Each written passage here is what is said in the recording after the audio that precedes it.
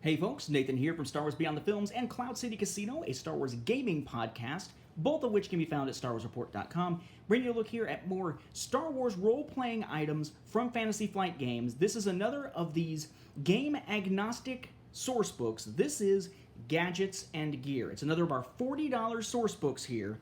And notice the subtitle there, The Essential Collection of Weapons and Equipment.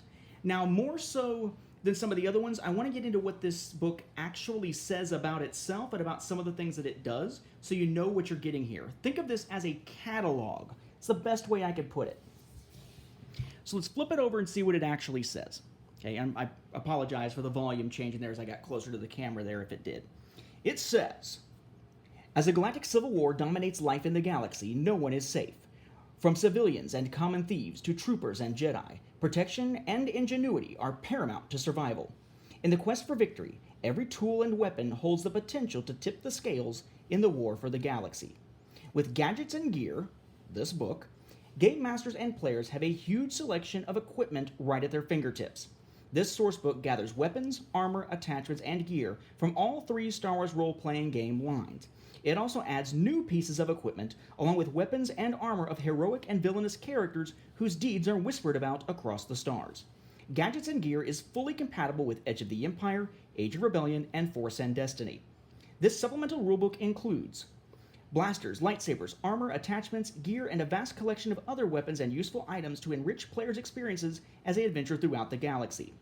Iconic weapons and armor from Leia Organa, Han Solo, Kira, Darth Vader, Chewbacca, Obi-Wan Kenobi, Luke Skywalker, Boba Fett, and Lando Calrissian, as well as a selection of new weapons for players to find scattered across the stars. New abilities for iconic characters to use while they wield and wear their famous and infamous equipment. Okay, so get what we have here. It is a source book that is playable across all three games, or all three versions of the game, you might say, if you think of this as one game with three product lines to it. It is some old stuff and some new stuff. This is not all new stuff, but it is also not, as some speculated, a book full of nothing but just stuff cobbled together from other source books. There is new stuff here. And when it comes to these special characters and their weapons and whatnot, it does address that and how that works when dealing with other characters. But bear in mind, again, this is effectively a gigantic catalog. It is not something that's going to give you story hooks. It's not something that's going to give you, adventure ideas. It's straight up what it says, Gadgets and Gear.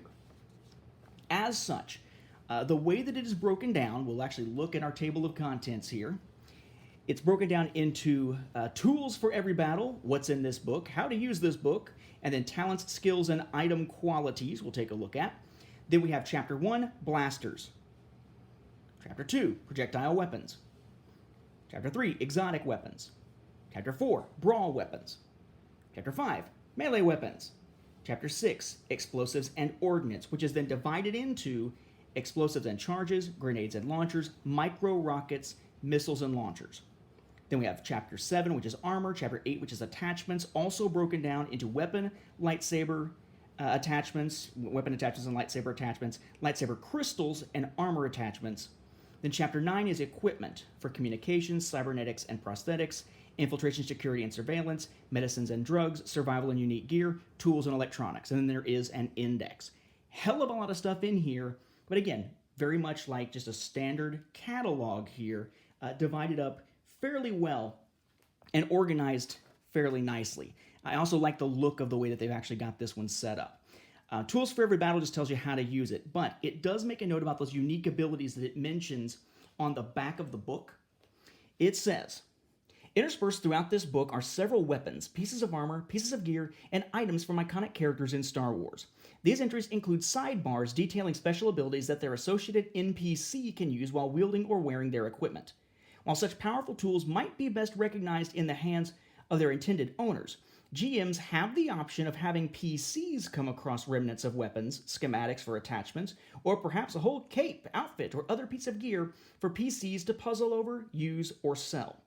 If wielded by a player character, a PC, these items lose their special NPC ability, but retain their inherent abilities listed in the weapon's description. So it's not like you're going to all of a sudden essentially turn into some latter-day Han Solo by picking up Han Solo's weapon, but it is a special weapon and is treated as such.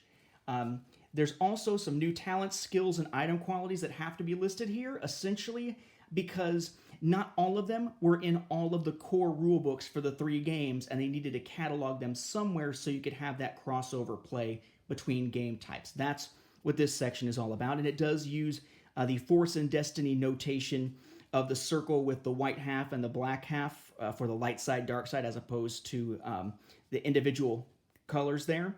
It does note, as was done in Force and Destiny, this book uses the split color symbol for force points instead of light side or dark side, the white or black symbol. This allows force users to draw on either side of the force, possibly gaining strain in the process, and serves to clarify the difference between the symbols on the force die and the force points those symbols generate. So it's falling back on that nomenclature, but still explains it for those who maybe didn't pick up Force and Destiny, have been playing Edge of the Empire or Age of Rebellion.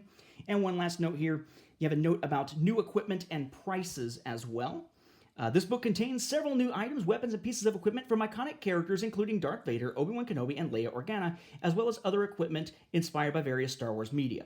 While famous and powerful items are included in this book, GMs should keep in mind that giving such substantial equipment to PCs should be carefully considered. If given to a PC, keep in mind that the special sidebar abilities for certain items are intended to only be used by their intended NPC to represent their exceptional skill or specialized training. Additionally, this is where it goes beyond that sidebar on the other page here. Additionally, gear items from iconic characters are usually listed as not for sale throughout this book. This is because acquiring such equipment is intensely difficult and should be left up to the GM to determine when and how such objects should fall into the hands of the PCs.